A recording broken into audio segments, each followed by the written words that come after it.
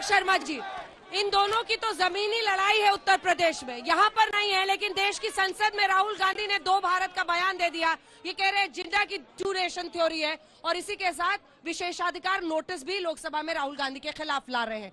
कैसे जीतिएगा ऐसी परिस्थितियों के बीच उत्तर प्रदेश की जनता का दिल कांग्रेस पार्टी की तरफ से? स्वाभाविक है कि जब एक पार्टी के शीर्ष नेतृत्व थोक दो की नीति पर चलते हो, महंगाई की कोई बात नहीं करता हो, बेरोजगारी की कोई बात नहीं करता हो, इलाहाबाद में जब गंगा के दोनों तट शमशान और कब्रिस्तान में बदल जाएं, जो सरकार ऑक्सीजन न दे पाए, मैं समझता हूं कि उस सरकार को 1 मिनट भी अपने पद पर बने रहने का अधिकार नहीं है। यहाँ पर बहुत लोग हैं और ज्यादातर समर्थक भाजपा के। ये महिला जी हैं, इनसे मैं पूछना चाहता हूँ, ये महिला है, इनसे पूछिए हिंदुस्तान का एजुकेशन मिनिस्टर का नाम क्या है? पूछिए इनसे, महिला जो बैठी है, पूछिए जरा, हिंदुस्तान के एजुकेशन मिनिस्टर कौन है, जरा बता दीजिए। सैलरी भी बढ़ी है, सुविधाएं भी बढ़ी है, हिंदुस्तान के एजुकेशन मिनिस्टर, वैक्सीनेशन मिला है, पूछना चाहता हूँ, नहीं मिला, आपने क्या दिया? बहन जी, मैं केवल ये पूछना चाहता हूँ, क्या आपका हिंदुस्तान का एजुकेशन मिनिस्टर कौन है, उसका नाम बता दीजिए। आप बीजेपी की तरफ से आई है, आपने पहना हुआ है, बता दीजिए ना। पहना हुआ है तो कैसे झूठ बोलिएगा, है? लेकिन ठीक है, ठीक है, उनको पूरा कर लेने दीजिए। अरे मौका चूंकि उन्होंने आपसे बोला था, इसलिए मैं आ गई। बैठिए। दुर्भाग्य ये है कि जो लोग यहाँ पर नारे लगा रहे हैं, उनको हिंदुस्तान के एजुकेशन मिनिस्टर का नाम नहीं पता। दूसरी चीज, जिस देश के अंदर महंगाई चरम पर हो, बेरोजगारी 50 साल के हाईएस्ट पर हो, और कोरोना में जिस तरह का मिसमैनेजमेंट हो, आप स्कूल की बात कर रहे हैं, उत्तर प्रदेश के अंदर कोरोना में 2 करोड़ बच्चे ड्रॉप आउट हो जाएंगे। जिस देश की सरकार 3 जून को ये बताती है कि सुप्रीम कोर्ट बताता है कि 12वीं के एग्जाम होंगे कि नहीं होंगे, जितना मिसमैनेजमेंट इस सरकार ने किया है, बीजेपी की सरकार ने किसी ने नहीं किया है। इसीलिए ये लोग आज अब्बा जान की बात करते हैं, इसीलिए ये लोग 80 और 20% की बात करते हैं, क्योंकि इनके पास बताने को कुछ नहीं है। आज जिस तरह से जिन्ना और तमाम चीजें की जा रही हैं, क्योंकि इनके पास बताने के लिए क्या विकास किया है नहीं है। विदेशों के, अमेरिका के और चाइना के फोटोग्राफ डालकर ये बीजेपी के लोग अपने एडवर्टाइजमेंट लगाते हैं। कुपोषण में उत्तर प्रदेश कुपोषण में हाईएस्ट है। जिन्ना, गन्ना, अब्बा जान, ये सब क्यों करना पड़ता? बैठिए मैडम, अरे बैठिए मैडम प्लीज। अच्छा, मुझे ये बताइए, एक सेकेंड, चुनावी भाषण में पड़ जाता है कि जिन्ना, गन्ना। एक सेकेंड सुनिए मैडम, कहते हैं कि ये समाजवादी पार्टी वाले नेता है, लाल टोपी और इनकी जेब में जालीदार टोपी, ये कौन सी राजनीति है? मुझे एक बात बताइए, यहाँ बैठे सब लोग मुझे एक सच बात बताइए, चुनावी भाषण में जिन्ना का नाम किसने लिया? क्या भारतीय जनता पार्टी ने लिया? समाजवादी पार्टी ने लिया?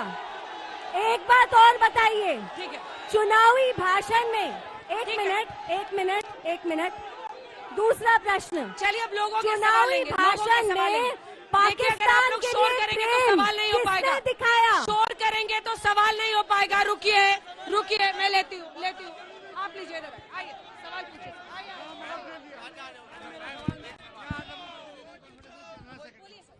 मैडम, जो इस प्रकार की बात करके देश को बांटना चाहते हैं, उनके लिए लानत है।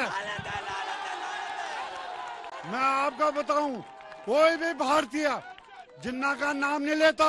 अगर जिन्ना की मजार में किसने, वो जो अडवाणी था, वो इनको शर्म आनी चाहिए।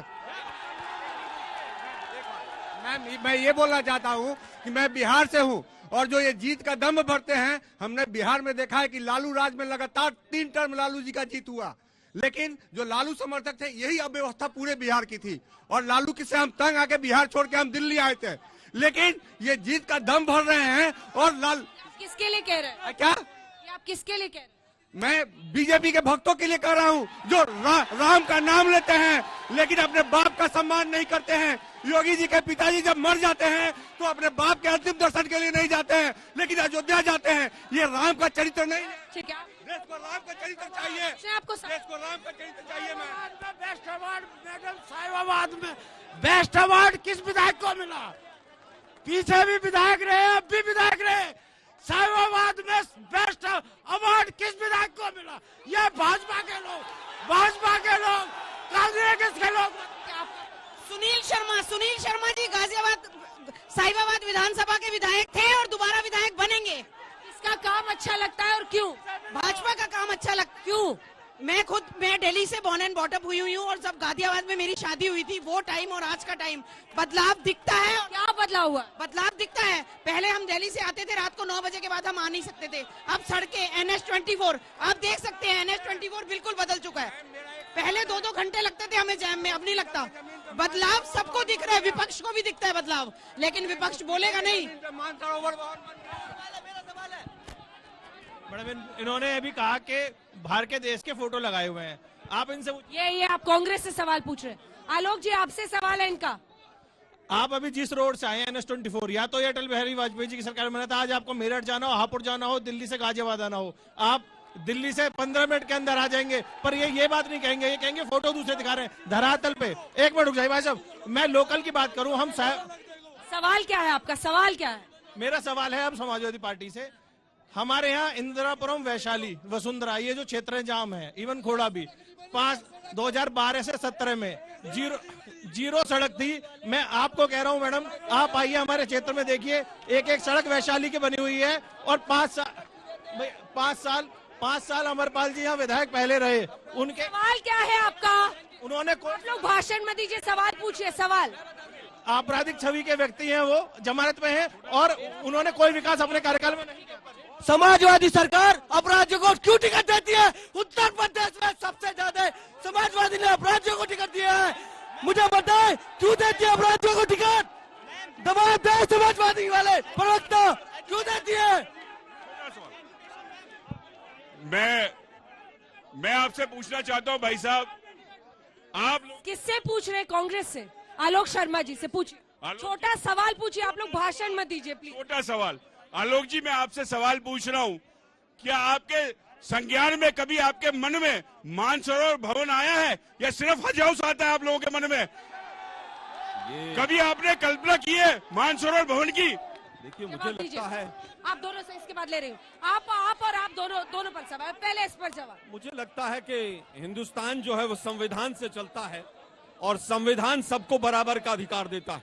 लेकिन दुर्भाग्य है कि कुछ लोग जो भाजपा का समर्थन करते हैं वो इस तरह की भाषा का इस्तेमाल करते हैं।